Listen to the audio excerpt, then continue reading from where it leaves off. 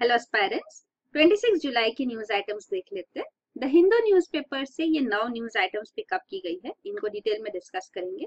पहली news item है tempered computers gave NEET applicants a lifeline. तो ये NEET examination, national eligibility cum entrance test जो है, इसके बारे में ये एग्जाम कंडक्ट किया जाता है मेडिकल कोर्सेज के एंट्रेंस के लिए। तो जो आपको पोस्ट ग्रेजुएट मेडिकल कोर्स में एडमिशन चाहिए कोई भी इंस्टीट्यूशन में, तो आपको ये एग्जाम देना होता है, एंट्रेंस एग्जाम। तो ये सारे मेडिकल इंस्टीट्यूशन है उनको इसमें सब्ज्यूम किया गया इस सिंगल एग्जाम के लिए, एक्सेप्ट एम्स और ऐसी इंस्टीट्यूशन जो सेपरेट एक्ट के अंदर बनाई गई है। तो ये है। और इस एग्जाम को कंडक्ट करने के लिए जो national board of examination government authority है जो मेडिकल एग्जाम्स कंडक्ट करती है, उन्होंने ये एग्जाम के लिए हायर किया प्रोमेट्रिक टेस्टिंग प्राइवेट लिमिटेड को, ये कंपनी को। तो ये प्रोमेट्रिक टेस्टिंग प्राइवेट लिमिटेड जो कंपनी थी उनके अगेंस्ट, वहां के ऑफिशियल्स के against Delhi police crime branch ने चार्जशीट फाइल की है। तो ये केस जो सामने आया है, तो ये नवंबर 2016 में जो एग्जाम कंडक्ट किया गया था उसमें ये पता चला है कि काफी सारे कंप्यूटर्स जो एग्जामिनेशन सेंटर्स में थे जो प्रोमेट्रिक मैनेज कर रही थी, ये कॉम्प्रोमाइज थे। मतलब इनके अंदर जो सिलेक्ट कंप्यूटर्स थे उनमें ये remote screen sharing software app एमी इंस्टॉल किया गया था, जिसकी वजह से जो सॉल्वर्स बाहर बैठे थे वो उनके कंप्यूटर्स को एक्सेस रिमोटली कर सकते थे और करेक्ट आंसर स्टूडेंट्स के लिए दे सकते थे। तो ये था। और एक जो इश्यू सामने आया वो ये था कि थोड़े कैंडिडेट्स को इंटरनेट एक्सेस मिल रहा था उनके कंप्यूटर पे, तो ये था। और एक केस में तो ये भी है कि जो वहाँ पे एडमिनिस्ट्रेटर था वो खुद स्लिप्स आंसर्स के साथ स्टूडेंट्स को पास कर रहे थे। तो ये सारे जो केसेस सामने आए हैं, इसके अंदर जो है पूरी चार्जशीट फाइल की गई है कि इसमें ऑफिशियल शायद नेशनल बोर्ड ऑफ एग्जामिनेशन के भी इन्वॉल्व हो, ये भी इन्वेस्टिगेट किया जा रहा है। प्लस इवन 500 स्टूडेंट्स है जिनका लिस्ट प्रिपेयर की गई है बाय क्राइम ब्रांच, तो इनके ऊपर इनका नाम भी सप्लीमेंट्री चार्जशीट में आया है। तो ये सारा केस सामने आया है। और ये भी क्वेश्चन किया जा रहा है कि नेशनल बोर्ड ऑफ एग्जामिनेशंस ने ये कॉन्ट्रैक्ट प्रोमेट्रिक को क्यों दिया, क्योंकि प्रोमेट्रिक ये एक अमेरिकन कंपनी है, तो ये इसके लिए उन्होंने बिडिंग क्यों नहीं किया, बाकी कंपनीज को टेंडर्स क्यों इनवाइट नहीं किया और बिडिंग से क्यों सिलेक्ट नहीं किया। तो ये क्वेश्चन रेज किया जा रहा है। और प्रोमेट्रिक ने खुद ने भी ये कॉन्ट्रैक्ट को सब कॉन्ट्रैक्ट किया था। तो ये और एक कंपनी है CMS IT services private limited, उनको ये सब कॉन्ट्रैक्ट किया गया और उन्होंने फर्दर लोकल वेंडर्स को हायर किया स्टाफ के लिए एग्जाम सेंटर्स में। तो ये सारा जो था यहाँ पे कहा जाता है कि 2.5 to 3 लाख स्टूडेंट्स एस्पायरेंट्स ने पे किया है इसके लिए। तो इसमें जो ये विसल ब्लोअर थे, मतलब जिन्होंने पूरा स्कैम बाहर निकाला था, वो इनमें से जो यहाँ पे इन्होंने कंप्लेंट की है, one of the complainants even doctor Anand Rai है जो खुद विसल ब्लोअर है व्यापाम स्कैम में भी। ये एक प्रोमिनेंट स्कैम था जो मध्य प्रदेश में हुआ था। This was for Madhya Pradesh जो एग्जामिनेशन बोर्ड था, प्रोफेशनल एग्जामिनेशन बोर्ड, उसका व्यापाम एक्चुअली उसका हिंदी एक्रोनिम है, तो हिंदी में उसको व्यावसायिक परीक्षा मंडल नाम था। तो ये उसके नाम से व्यापाम का जो स्कैम था, इसके अंदर वो एग्जाम कंडक्ट करते थे गवर्नमेंट जॉब्स के लिए, एंट्रेंस एग्जाम्स कंडक्ट किए जाते थे, admissions to institutions and even entrance for government jobs. तो ये सारे काफी सारे एग्जाम्स में एटलीस्ट 13 एग्जाम जो इन्होंने कंडक्ट किए थे उसमें उन्होंने डिस्क्रिपेंसीज पाई है। और यहाँ पे पूरा स्कैम चल रहा था, स्टूडेंट्स को पास करने के लिए वो पेमेंट करके पास होते थे, उनका ऐसे किया जाता था कि वो टेस्ट में हाई स्कोर करे। तो ये व्यापाम स्कैम पूरा सामने आया जिसके अंदर prominent ministers, government officials involve थे, even ex education minister of Madhya Pradesh, उनको भी अरेस्ट किया गया। और इस स्कैम को अनहर्ट करना ये चल रहा था 1990 से, और धीरे धीरे जैसे इन्वेस्टिगेशन होने लगा और केसेस सामने आए, फाइनली 2013 में इसका पूरा स्केल ऑफ स्कैम सामने आया। काफी बड़ा स्कैम था ये, और इसके अंदर जो गवर्नमेंट ऑफिशियल्स वगैरह इन्वॉल्व थे और जो इन्वेस्टिगेट भी कर रहे थे, इसमें काफी सारे डेथ्स भी हुए, अननेचुरल डेथ्स के cases around 20 to 40 unnatural deaths भी इस स्कैम से रिलेटेड हुई है during the course of investigation. तो ये सारा व्यापाम स्कैम है। तो ये इसके डिटेल्स यहाँ दिए गए कि ये स्कैम कैसे अनवील हुआ। तो ये जैसे 2 कैंडिडेट्स है जो स्कैम में इन्वॉल्व है, तो उनको ये स्विच से यहाँ पे इंटरनेट एक्सेस मिल रहा है, डोमेन कंट्रोलर्स है उनके लिए, तो ये एडमिनिस्ट्रेटर्स के कन्विंस से होता है, उनके मिली भगत से ये होता है। फिर अगला न्यूज आइटम है गवर्नमेंट में not split Air India for stake sale. तो गवर्नमेंट ऑफिशियल्स ने यहाँ क्लैरिफाई किया है कि एयर इंडिया के डोमेस्टिक और इंटरनेशनल ऑपरेशंस को वो सेपरेटली सेल नहीं करने वाले। Actually Indian low cost carrier है, जो India largest low cost carrier airline है ये इंडिगो। तो इंडिगो ने ये इंक्लिनेशन बताया था कि वो इंटरेस्टेड है एयर इंडिया को बाय करने के लिए, लेकिन उसके फॉरेन ऑपरेशंस स्पेसिफिकली।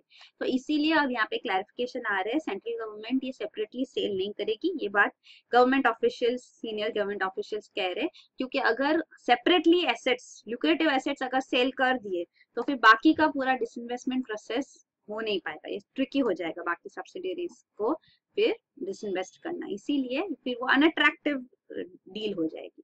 इसीलिए वो कह रहे हैं कि हम उसको सेपरेट नहीं करेंगे। एक्चुअली एयर इंडिया और इंडियन एयरलाइंस दो सेपरेट एंटिटीज थी, एक इंटरनेशनल एयरलाइंस देख रहे थे और एक ये डोमेस्टिक और रीजनल रूट्स पे फ्लाई कर रही थी। तो दोनों को एक्चुअली मर्ज किया गया है, 2007 में ये डिसीजन लेके आ गया था और ये दोनों को मर्ज करके ये मर्ज किया गया था और ये national aviation company of India limited NACIL बनाया गया था। बाद में इसको एयर इंडिया लिमिटेड 2010 में रीनेम किया गया। तो वही है, इसको भी ब्लेम किया जाता है कि ये डिसीजन की वजह से ही जो है टोटल ग्रॉस जो है इनका डेफिसिट ही रहा है। कभी भी अब उस 2006-07 के बाद एयर इंडिया ने नेट प्रॉफिट्स नहीं रिपोर्ट किया।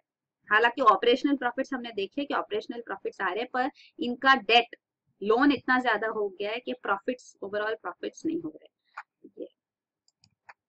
फिर अगला न्यूज आइटम है मेजर रिवर्स इन स्पेट इन उड़ीसा। तो ये उड़ीसा के रिवर्स जो है, प्रोमिनेंट रिवर्स जैसे बैतरानी रिवर, तो ये बैतरानी रिवर यहाँ लोकेटेड है, ये रही।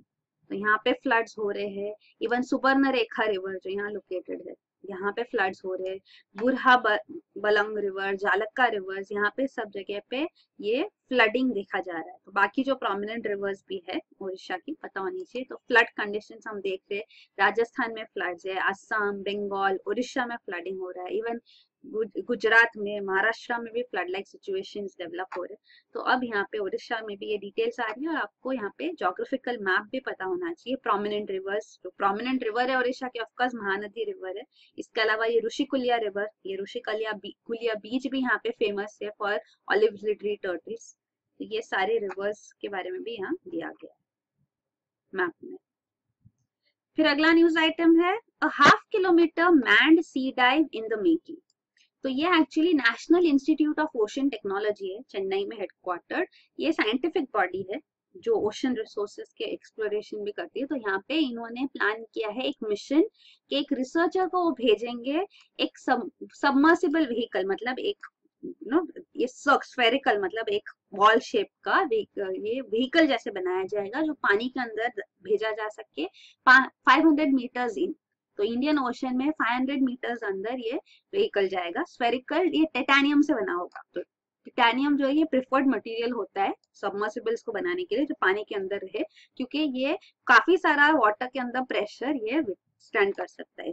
इसमें वो पॉसिबल है कि वेट्स जो है एकदम डीप ओशन में भी यहाँ पे वो ये वेट्स प्रेशर्स वो विथस्टैंड कर सकता है वाटर प्रेशर। तो ये टाइटेनियम से ये बनाया जाएगा। तो इसके लिए उन्होंने भेल जो पीएसयू है, भारत हैवी इलेक्ट्रिकल्स लिमिटेड, इनको इनसे बातचीत कर रहे हैं और उन्होंने कहा कि ये वो बना सकते हैं। तो ये बनाया जाएगा एज अ फर्स्ट मिशन और ये सक्सेसफुल होने के बाद उनका एक्चुअल जो प्लान है, जो बड़ा मिशन है उनका, वो ये है कि वो 3 मेंबर टीम को ये टाइटेनियम स्फीयर में, बड़े टाइटेनियम स्फीयर में 6000 मीटर्स इनटू द सी भेजेंगे। तो ये वहां पे नीचे डेप्थ ऑफ इंडियन ओशन में जाके यहाँ पे जो लिटिल नोन लाइफ फॉर्म्स है, जो लिविंग बीन्स है वहां पे, जिनके बारे में ज्यादा पता नहीं है, जो जीव जंतु है, और जो प्रेशियस मेटल्स है ओशन के डेप्थ्स में, वो उसको एक्सप्लोर करेंगे। तो ये प्लान किया जा रहा है अभी। तो इसके लिए इवन इसरो की भी मदद ली जा रही है, वो कह रहे हैं, क्योंकि इसरो की भी काफी सारी जो टेक्नोलॉजी है वो इनको बेनिफिशियल हो सकती है। जैसे कि एग्जांपल दे रहे हो, जैसे ऑक्सीजन फिल्ट्रेशन वगैरह, और इसका कॉस्ट भी है is around 450 crore. Of course इसके लिए कैबिनेट अप्रूवल देगी, फिर ही आगे प्रोजेक्ट किया जाएगा। तो ये 450 crore, even Mars orbiter mission का कॉस्ट भी अराउंड इतना ही था। ये है, उसके अंदर ग्लास विंडो होगा जो 6000 मीटर्स डीप जाएगा और वो यहाँ पे रोबोटिक आर्म्स यूज करके सैंपल्स कलेक्ट कर सकते हो यहाँ पे। फिर ये एक्चुअली इंडिया का एक्सक्लूसिव इकोनॉमिक जोन है इंडियन ओशन में 200 नॉटिकल माइल्स तक। तो यहाँ पे जो है of course even UN class ने हमको अथॉरिटी दी है कि हम पॉलीमेटालिक नोड्यूल्स का यहाँ पे एक्सप्लोरेशन करें, तो इसीलिए गवर्नमेंट यहाँ पे प्रेशियस मिनरल्स भी होते हैं यहाँ पे, तो इसके लिए ये प्लान किया जा रहा है mission.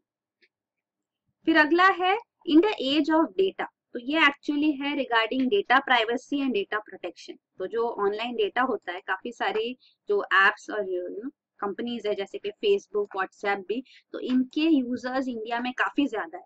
More than 200 million active users है इंडिया में, जो इवन यूएस से भी ज्यादा यूजर्स इंडिया में फेसबुक के। तो ये एप्स के पास यूजर्स का, ये कंपनीज के पास यूजर डेटा कलेक्ट होता है, पर इसके ऊपर यूजर का खुद का लिमिटेड कंट्रोल है, ज्यादा कंट्रोल उनके पास है नहीं। तो ये ओनरशिप ऑफ पर्सनल डेटा का भी क्वेश्चन आता है। प्लस इसके अलावा अगर ये डेटा इन कंपनीज से अगर कोई रिस्क पे आ गया, जैसे कोई साइबर अटैक वगैरह हो गया, तो उन केसेस में फिर पर्सनल डेटा का क्या कैसे प्रोटेक्ट किया जाएगा, तो ये कंसर्न्स भी है। तो इसीलिए इस कंटेक्स्ट में यूरोपियन यूनियन ने जो स्टेप लिया है वो इम्प्लीमेंट करने वाली ये जनरल डेटा प्रोटेक्शन रेगुलेशन। तो ये मई 2018 से एनफोर्स होने वाला है, तो ये पूरे यूरोपियन यूनियन के लिए एप्लीकेबल होगा। तो यहाँ पे पेनल्टी इम्पोज की जा रही है, penalty as high as 4% of the companies world wide turnover. तो इतनी high penalty, world wide turnover means billions of dollars, तो उसका 4% अगर ब्रीच ऑफ डेटा हुआ तो उसके अंदर इतनी हाई पेनल्टी भी इम्पोज की जा सकती है। तो ऐसे स्ट्रिंजेंट प्रोविजन से इवन अगर कोई वेबसाइट या कोई कंपनी अपने ऑनलाइन सर्विसेज वेंडर्स का अलाउ कर रही है वहां पे सर्विसेज के लिए, तो उन वेंडर्स के लिए भी ये GDPR लायबल होगा, उनको भी इसको फॉलो करना होगा। तो ये प्राइवेसी, डेटा प्राइवेसी और डेटा प्रोटेक्शन दोनों का ध्यान रखते हुए तो इंडिया में भी ऐसा ही लॉ आना चाहिए। Even mister Nandan Nilekani, who had UIDAI, who chaired UIDAI, जो फर्स्ट चेयरमैन थे, तो उन्होंने भी ये प्रपोज किया था कि इंडिया में भी एक स्ट्रिंजेंट डेटा प्रोटेक्शन लॉ चाहिए। फिर अगला न्यूज आइटम है Sri Lanka clears revise deal for Hambantota. तो श्रीलंकन गवर्नमेंट ने हम्बनतोटा जो प्रोजेक्ट था उसकी डील अब रिवाइज की है। तो हम्बनतोटा पोर्ट एक्चुअली चाइना ने डेवलप किया है, ये प्लान इनिशिएट किया गया था 2008 में। 2010 में इसका फर्स्ट फेज कंप्लीट हुआ था और इसका जो यहाँ पे जो इसके लिए, इसको डेवलप करने के लिए जो पैसा की रिक्वायरमेंट थी फंडिंग, वो फंडिंग चाइनीज मेजरली फंड किया है इन्होंने यहाँ पे। तो यहाँ पे ऑलमोस्ट 1.12 बिलियन डॉलर्स का एक्सपेंडिचर हुआ है, डेट लिया गया है।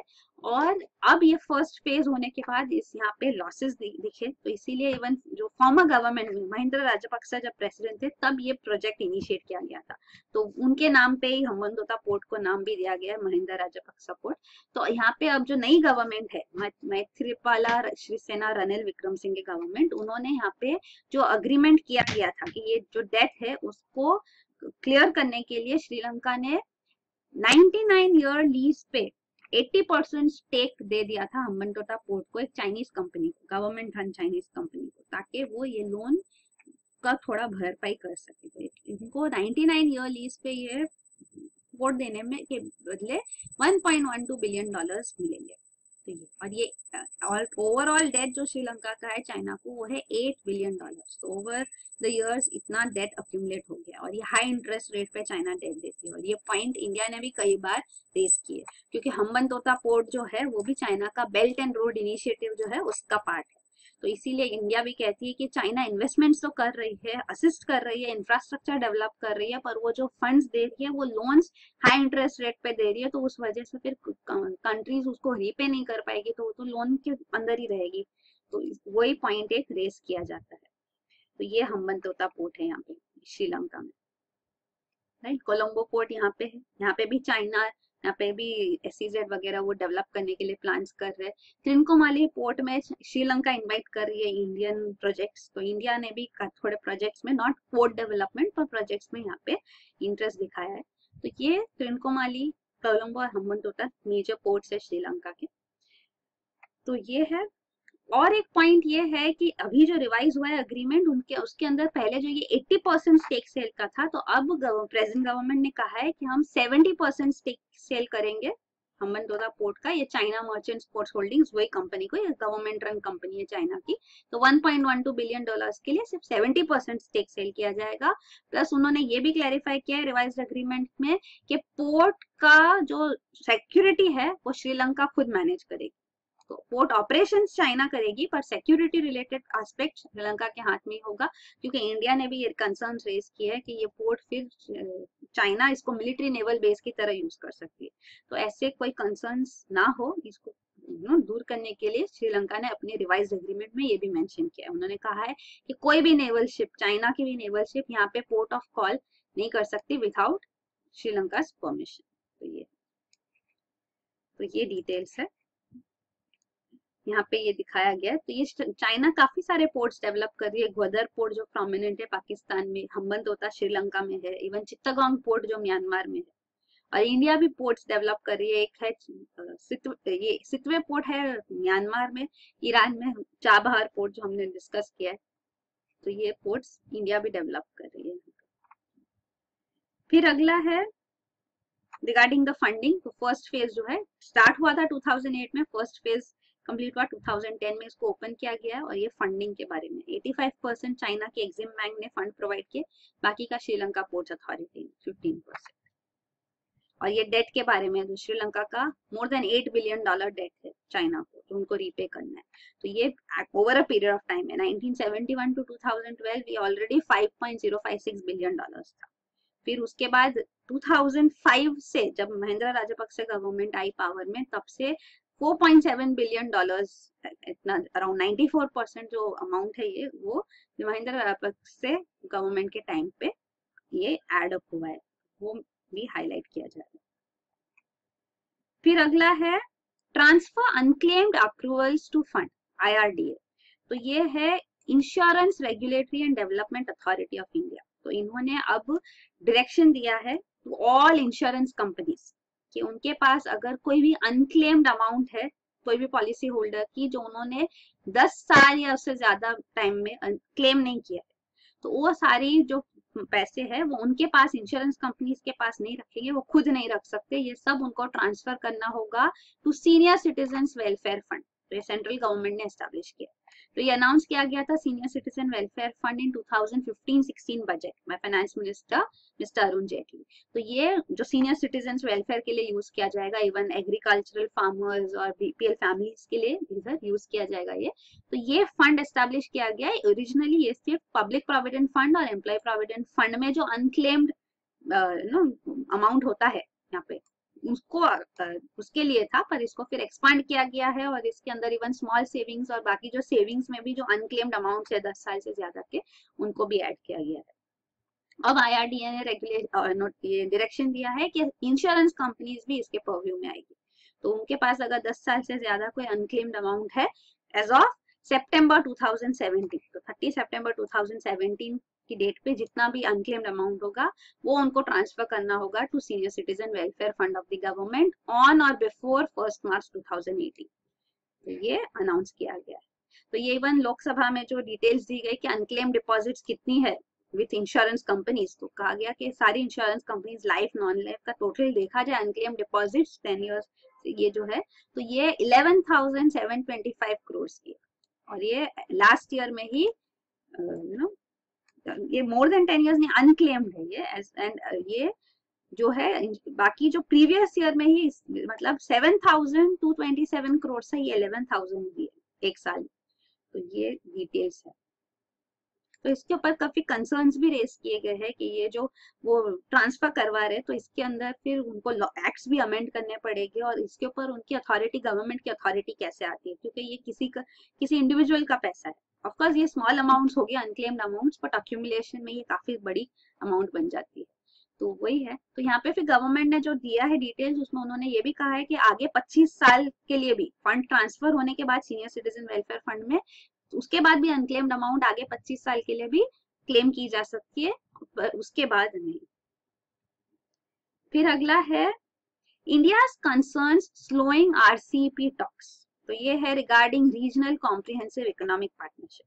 तो ये जो RCEP टॉक्स चल रहे, मेगा FTA कहा जाता है इसको, तो ये निगोसिएशंस का राउंड अभी फिलहाल चल रहा है हैदराबाद में, और ये सीक्रेट टॉक्स होते हैं, पर इसकी जो डिटेल्स लीक होती है उसमें ये पता चला है कि इंडिया के रिजर्वेशंस है आरसीईपी टॉक्स में, वो इतना इतना अमेनेबल नहीं है, वो इतना एक्सेप्ट नहीं कर रही है, वो प्रोटेस्ट कर रही है, क्योंकि इंडिया का ऑलरेडी ट्रेड डेफिसिट काफी ज्यादा है। ये पॉइंट रेज की जा रही है कि चाइना के साथ तो हमारा ट्रेड डेफिसिट काफी बड़ा है, इसके अलावा बाकी जो कंट्रीज है एशियान के साथ हमारा एफटीए है, वहां पे भी हम डेफिसिट में, जापान, कोरिया, इनके साथ भी हम डेफिसिट में। तो ये आरसीईपी में 16 मेंबर्स है, 10 एशियन के, जापान, कोरिया, चाइना, तो 13 के साथ तो हमारा मेजर डेफिसिट है।